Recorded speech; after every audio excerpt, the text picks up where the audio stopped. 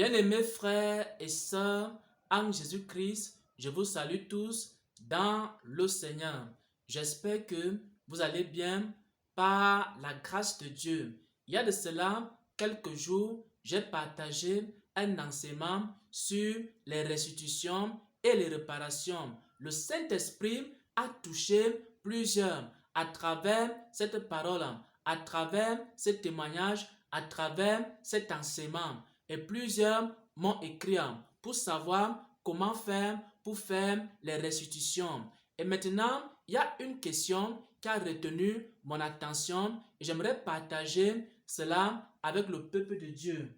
Il y a une personne qui demandait, lorsque on veut faire une restitution et que on a pris un objet et que l'objet en question, on l'a perdu ou alors on l'a utilisé, comment on peut faire pour restituer?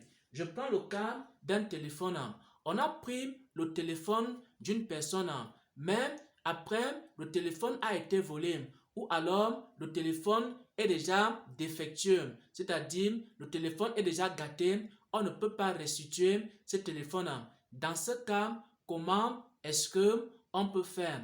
Dans ce cas, vous pouvez donner la valeur en argent de ce téléphone. Si par exemple, le téléphone coûtait 100 000 francs, alors il faudra restituer 100 000 francs à la personne à qui vous avez pris le téléphone. Parce que vous ne pouvez pas restituer le téléphone alors que le téléphone est déjà défectueux. Vous avez pris un téléphone qui fonctionnait normalement et maintenant le téléphone est déjà gâté. Vous ne pouvez pas restituer un téléphone gâté. Dans ce cas, il faut prendre la valeur en argent du téléphone.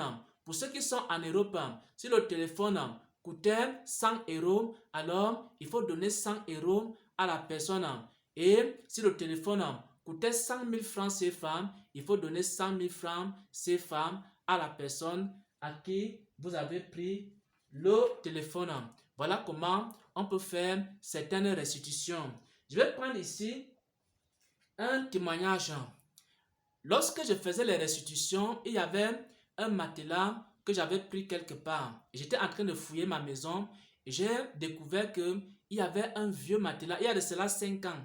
Lorsque j'étais en train de faire les restitutions, alors j'ai découvert qu'il y avait un vieux matelas à la maison que je n'utilisais même plus. Un vieux matelas à la maison. Et je me posais la question d'où venait ce matelas. Alors, je me suis rappelé que j'avais pris un matelas à la maison il y a de cela plusieurs années, mais je n'avais pas remis ce matelas-là. J'avais pris ce matelas-là dans la famille lorsque j'étais encore étudiant, mais je n'avais pas remis ce matelas.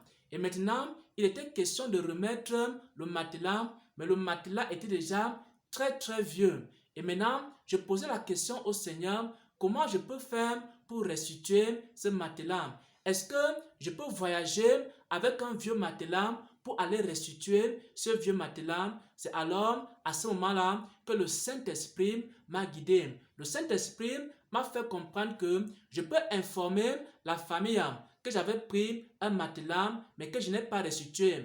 Et maintenant, je prends la valeur en argent du matelas et je remets à la famille. C'est exactement ce que j'ai fait. Donc, je n'ai pas remis le matelas, mais j'ai remis l'argent du matelas. J'ai expliqué à la famille que j'avais pris un vieux matelas et j'ai donné l'argent du matelas à la famille. Pourquoi? Parce que le matelas était déjà vieux, était déjà usé. Je ne pouvais pas voyager avec un vieux matelas pour aller restituer. J'ai donc pris la valeur en argent de ce matelas et j'ai remis. C'est aussi comme ça que on peut faire certaines restitutions. Si par exemple, tu prends un objet et cet objet-là est déjà défectueux, c'est déjà gâté, alors il ne faut pas remettre l'objet.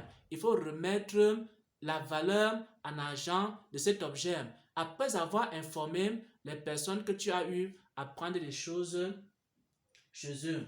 Donc voilà comment j'avais fait cette restitution et c'est le Saint-Esprit qui m'avait aidé dans ce sens-là. Lorsque vous êtes bloqué et vous ne savez pas comment faire une restitution, alors vous pouvez prier et jeûner et demander au Saint-Esprit de vous aider à faire la restitution. Il y a certaines restitutions qui sont très très difficiles. Dans ce cas, il faut demander l'aide et le secours du Seigneur.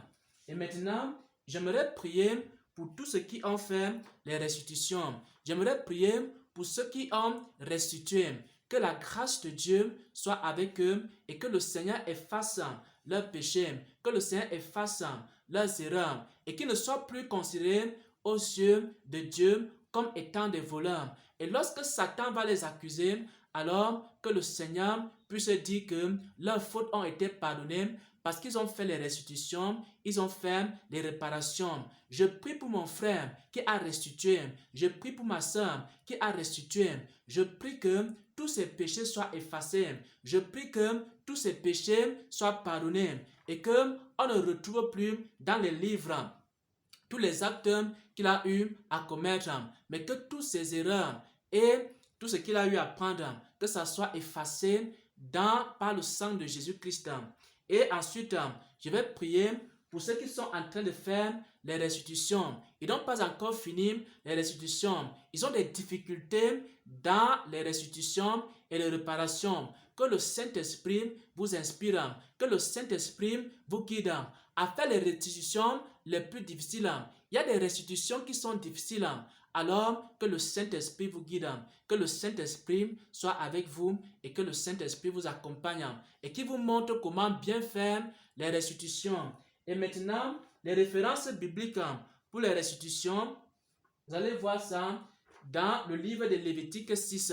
Dans le livre de Lévitique 6, vous allez voir comment est-ce qu'on fait les restitutions. Ça va aussi beaucoup vous aider. Lorsque vous faites vos restitutions, il faut aussi lire Lévitique au chapitre 6. Ça pourra aussi vous aider à mieux faire vos restitutions. Au nom de notre Seigneur et Sauveur Jésus-Christ, j'ai partagé la réponse à cette question. Comment faire pour restituer un objet qu'on a pris mais on a perdu, ou alors un objet qu'on a pris et qui est déjà gâté? Alors, vous pouvez donner la valeur en argent de cet objet. Et lorsque Satan va vous accuser que vous êtes un voleur, le Seigneur Jésus va dire que vous n'êtes pas un voleur parce que vous avez fait les restitutions, parce que vous avez fait les réparations.